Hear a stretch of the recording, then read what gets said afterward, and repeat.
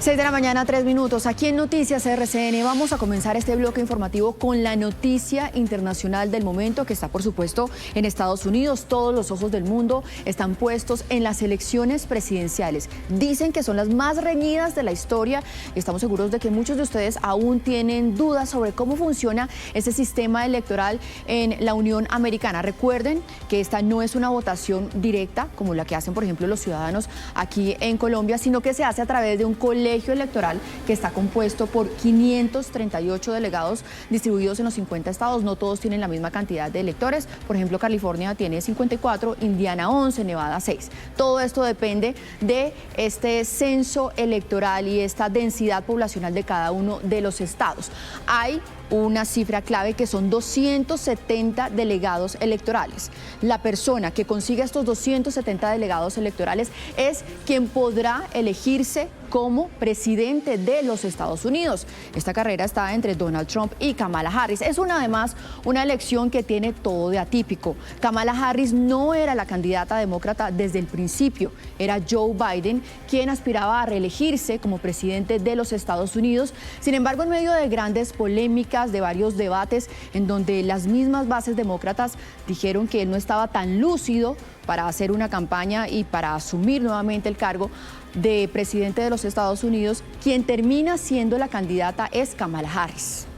Si es que ella se convirtiera en la presidenta de Estados Unidos, pues sería la primera mujer presidenta de origen afroamericano y que además llega casi que por carambola, después de 3 meses solamente de hacer campaña.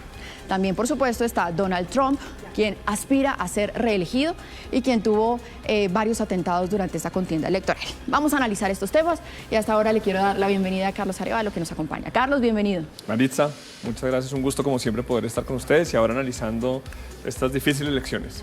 Bueno, Carlos, arranquemos por explicarle a nuestros televidentes cómo es que funciona esto del colegio electoral en Estados Unidos. Efectivamente, la elección presidencial en Estados Unidos no es una elección de voto directo, sino que los ciudadanos votan en cada uno de sus estados y al interior de esos estados se ha escogido por cada uno de los partidos unos miembros del colegio electoral.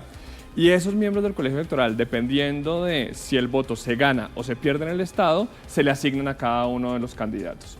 Hay solamente 2 estados. De resto, los 48 estados, más Washington DC, que tiene 3 votos electorales. Si gana alguien las elecciones, todos los votos electorales se le dan para ellos, salvo Maine y Nebraska, que son 2 estados en donde es proporcional, dependiendo de cómo queden proporcionalmente los votos. ¿Qué es lo que ve uno en este mapa, Carlos? Hay unos estados que están en rojo, hay otros que están en azul y hay algunos que están en amarillo. ¿Qué significa eso? Rojo es el color de los... Si quiere lo podemos ir ya rayando y usted le va enseñando. Entonces, ahí. Ya. Rojo, todos estos estados que nosotros vemos rojos, es el color de los republicanos. Azul es el color de los demócratas.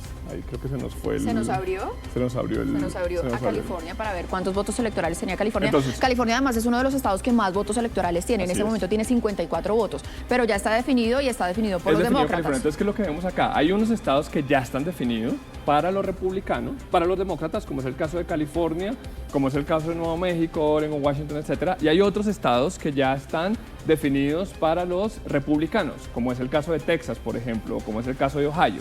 Lo que vemos que está en amarillo son esos estados que se conocen como los swing states, que son estados que en algún momento dado pueden irse por los demócratas o pueden irse por los republicanos. Aquí están esos swing states. Bueno, hablemos de esto. Entonces son 538 delegados electorales, 270 votos, pero ¿quiénes son esos delegados electorales? ¿Cómo se eligen? ¿Son, por ejemplo, los congresistas o quiénes? Pueden llegar a ser congresistas, eso depende de cada uno de los partidos.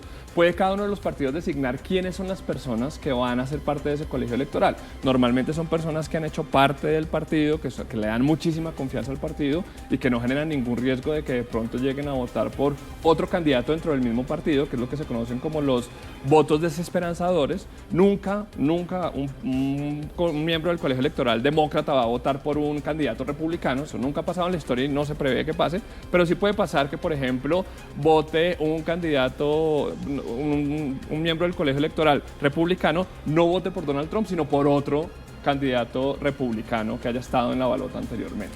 Aquí ya tenemos estos llamados swing states. pero son, digamos, estados que no tienen tantos votos electorales, pero sí termina empezando en esto. Termina empezando porque en este momento lo que se prevé es que los demócratas ya tienen más o menos 236 votos asegurados, mientras que los republicanos tienen 226. Eso significa que necesitan los republicanos 44 votos adicionales que pueden salir de cualquiera de las combinaciones de estos estados y que los demócratas necesitan 34 votos electorales que pueden salir de cualquiera de estas combinaciones.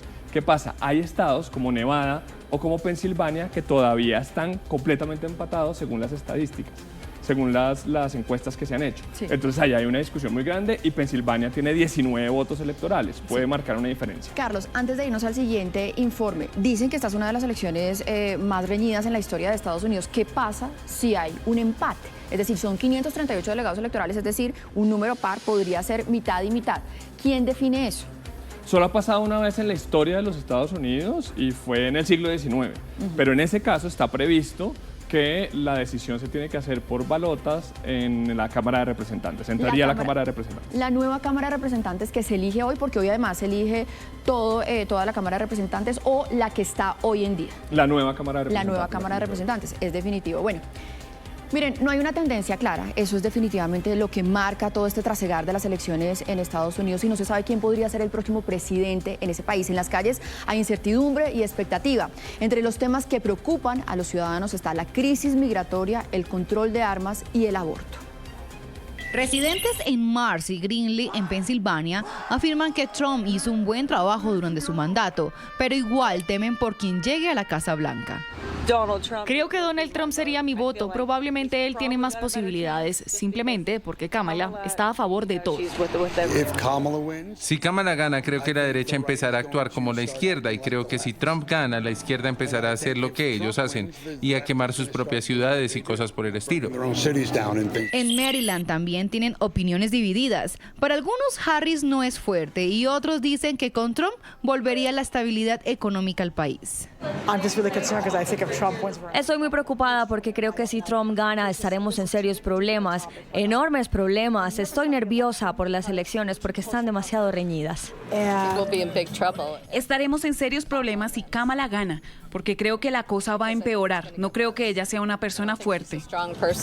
Los temores también son evidentes en Georgia. Algunos critican la forma como los demócratas utilizan la raza y el voto femenino para intentar ganar las elecciones. Es muy triste que a las mujeres de hoy no les importe el precioso regalo que Dios les da dentro de sus cuerpos. Ahora, lo importante son sus cuerpos, sus elecciones y cosas de esa naturaleza. Creo que es importante votar por Trump. Es porque no estoy satisfecho con nuestras fronteras. Creo que deben ser seguras y realmente cuidadas. Aborto, migración, comunidad LGBTQ+, son otros temas que están en juego y generan preocupación a millones de votantes. La incertidumbre reina en una elección que, según las encuestas, podría terminar en un empate. Bueno, 7 son los estados clave, Carlos. Sin embargo, en las últimas horas también veíamos una encuesta de Wyoming que tradicionalmente ha sido republicano, pero en donde aparece ganando Kamala Harris. ¿Podría ser que esos estados en donde todo el mundo da por descontado ya gana Kamala o Trump terminen volteando ese resultado? También por cuenta de estas elecciones que han sido bastante discutidas, en donde uno ha subido, el otro ha bajado frecuentemente, pero ¿se mantiene ese empate técnico?